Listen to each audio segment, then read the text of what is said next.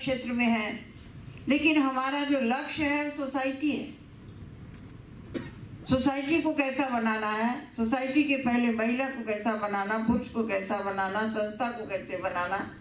तो कुल मिला के लक्ष्य वो सोसाइटी होता है, क्योंकि समाज के अंदर भी सब है। लीडर के मन में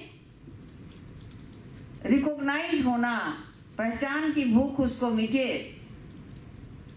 अब अपने ग्रुप में वो तभी रिकॉग्नाइज होती होगी जब वो सबके लिए बैलेंस काम करती है, सबके मन की, सबके जरूरत की बात देखती है।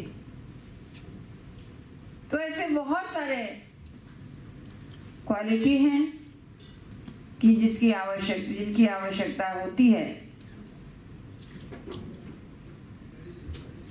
और जो ग्रुप है, जो फील्ड है, वो अपने लीडर को बनाने में बहुत बड़ी भूमिका निभाती, उनका सहयोग देते हुए और उनके काम को स्वीकार करके उसके जो दिशा दिया है, लीड किया है, जो दिशा दिखाया, उस दिशा पर चल के उसको सेटिस्फेक्शन देना, उसको संतोष देना, आगे बढ़ाना, ये ग्रुप का भी काम होता है।